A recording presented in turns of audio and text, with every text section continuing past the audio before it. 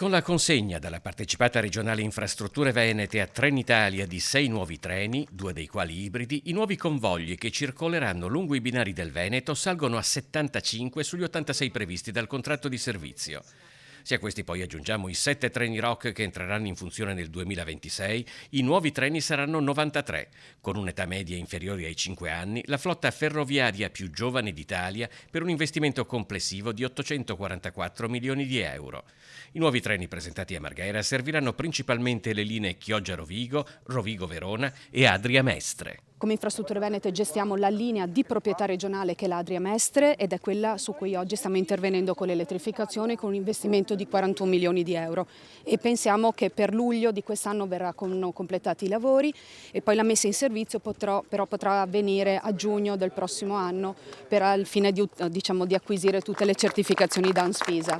Al deposito di Marghera il passato e il presente del trasporto ferroviario sono fianco a fianco. Con l'entrata in servizio dei nuovi treni escono di scena i vecchi. Il design è quello degli anni 90, ma per circa 60 anni questi modelli di treno hanno accompagnato i veneti durante i loro viaggi. Oggi invece si viaggia così, le differenze sono parecchie, anche quelle che si notano di meno, per esempio qui sotto i sedili, come vedete, c'è la possibilità di collegarsi a una spina oppure di collegare il proprio telefonino per ricaricarlo, oppure ancora di seguire il proprio viaggio in uno schermo televisivo. Sono in completamento sicuramente l'elettrificazione della Padova-Belluno, che è una di quelle linee più interessanti, soprattutto anche in vista delle Olimpiadi.